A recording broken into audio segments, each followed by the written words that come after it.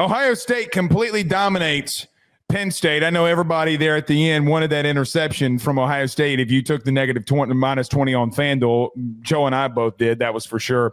But Ohio State dominates against Penn State 38-14. Joe, when you recap this game, how do you see it? Yeah, by the way, if anyone's curious what the current Heisman odds look like over at FanDuel, Julian Sayin is at plus 175 at the top, and Jeremiah Smith at plus 4,000, just a few spots below him. There's a chance that maybe we see both of these guys at the ceremony in New York at the end of this year. And Blake, when we say that statement, it makes a lot of sense when you pay attention to what Ohio State does on offense. It's just such a smooth and easy domination that they have on a week-by-week basis. And here's the best part about the way that they played against Penn State. We spent a long time this week talking about how they weren't producing explosive plays. And look what they did. Just overall and on the ground, they weren't doing a good job of it. You have multiple big throws to Carnell Tate, aggressive shots by Julian Sayin, who finished 20 of 23 for over 300 yards. You have the big rushing play by Bo Jackson. I think he had a 51-yard rush was his long. They're finally starting to do a lot of the things that they're starting to improve in the one area that we were concerned about, which makes this team even more dangerous. They're doing the opposite of what Miami has done. They're evolving. They're getting better. They're showing a way to take an even bigger step forward after already being one of the most consistent, solid teams in college football. There's not generally a lot that we could take away from a game against Penn State that the only way that they could move the ball was by throwing pitches and shovel passes the whole time and then eventually just stopped working because it didn't take very long to scheme against that. But credit to Ohio State for getting business, taking care of business and getting the job done. Here's how I break down the game. Now, here's how my mind envisions it. This past week, I came out and said they're 114th in the country in explosive plays. Well, Ryan Day heard me.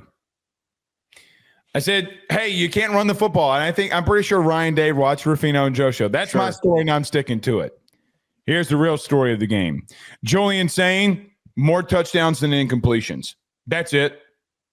I mean, I don't know what else you want me to say. He completely diced up a team that had no hope. That secondary for Penn State got absolutely abused. The Carnell Tate emergence. So, Joe, I go all the way back to our preview of Ohio State in the beginning of the season. My and your take was, listen, Jeremiah Smith, arguably the best player in college football. Julian Sayin, going to be a great quarterback, run game, offensive line, all of that. The biggest piece for them was Carnell Tate. Because if you could take the pressure off of Jeremiah Smith, everything else will flow. 5 catches, 124 yards, and 1 touchdown. He had more yards than Jeremiah Smith, even though Jay Smith had the 2 absolutely ridiculous touchdowns, the one-handed grab, absolutely ridiculous. That is what's taking the pressure off of Jeremiah Smith from teams when they have to game plan against it. This kid's evolving every week. The biggest weaknesses that they had, they completely came out and said, no, they're not. And they are the most dominant team right now. And they dominated a team that had zero hope.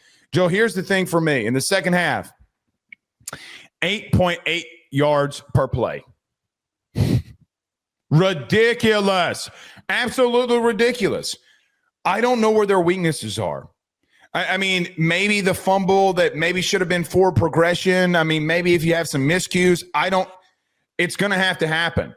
But this team, week upon week, day upon day, is, pun intended, I guess, day upon day, is, like you said, just getting better. But I don't think people realize how difficult against air, much less a human being opponent, that it is to have over 20 passes where you have more touchdowns than you have incompletions. Joe, I thought it was – I'm just going to say it. It was the best quarterback game that I've seen all year by anybody.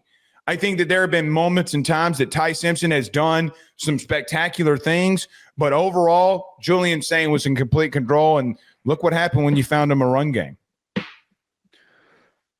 And this is what's going to make Ohio State the most obvious choice right now to win the national championship.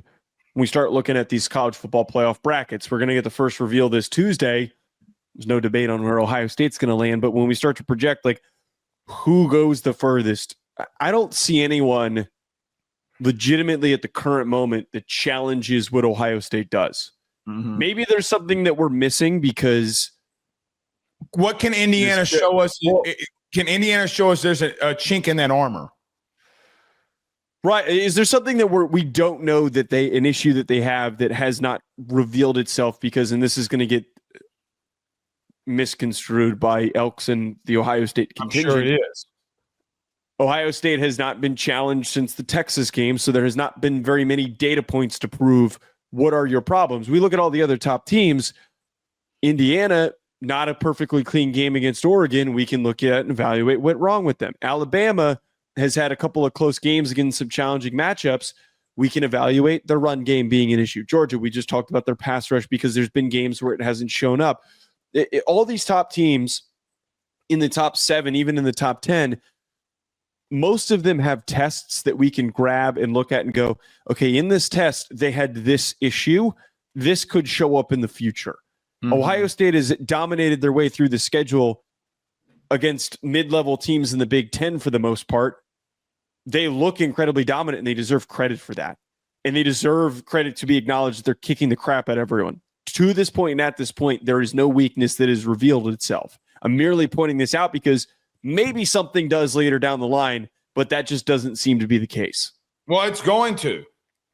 I mean, listen, no teams are perfect. It's just a matter of what is right. That's why I find it hard to believe. Well, I mean, the team behind me that everybody says was the best team of all time. You want me to list their issues? Now they face 7 ranked opponents. 5 of them coming in the last month plus of their season. Defensively, they couldn't stop the run.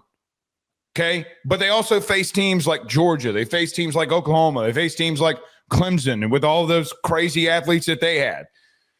The bottom line is you're right. I don't think that they've been challenged, and we're going to get killed for that, but they haven't. And deep down, they know that they haven't. I don't want to hear that they've been challenged to the point that they need to be challenged. They haven't. So did they mail in it? Here's the question. Did they kind of conservatize things against Texas, or is that who they are? Now, that's week 1. Probably did. I wouldn't. That's the thing. It was so long ago that's not the version of Ohio State. It's not the version of them. I mean, Julian Sayin's a completely – well, no, and Julian Sayin's a completely different human being. But we got in a debate with Elks and them on the Discord, and I'm just going to say this. Oh, did you see this? Did you see that? Oh, look what we're doing. And my point to him was, shouldn't you be doing this versus a 3-5 football team? If you're the best team in the country, you should be doing this against a lame duck interim head coach against a really shitty team. You did do it, and I'm glad that you did it. And every Ohio State fan should believe that. But don't puff your chest out just yet when you're beating a really, really bad team that's not going to go to a bowl game probably. Yeah, I think that there's context that comes in for very everything. much. But the credit deserves to be there for Ohio State playing as good as they did. Two things can be true at once. Yes. 2 things can be true at once. Right. We're going to find out how truly legit they are when they play Michigan. Because if you manhandle Michigan and you leave that game with a 10-point victory, even if it's close, you win that game, I think that all bets are off. Ohio State wins the national championship.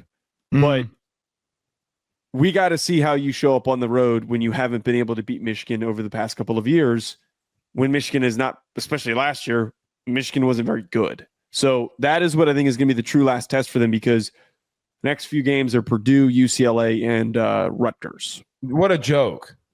Joe, they've kind of had a soft schedule here. Can we agree to that? They've had a very favorable schedule. This was supposed to be one of their hard games, and they didn't get Oregon. They didn't get Indiana. They didn't even get a challenging USC on here. Right. They didn't even get a challenge to Penn State.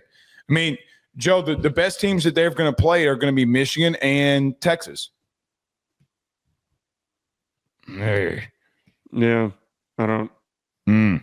What team can prove that they have weaknesses? That'll be interesting. Joe, last game before we kind of move on to some other just key notes here.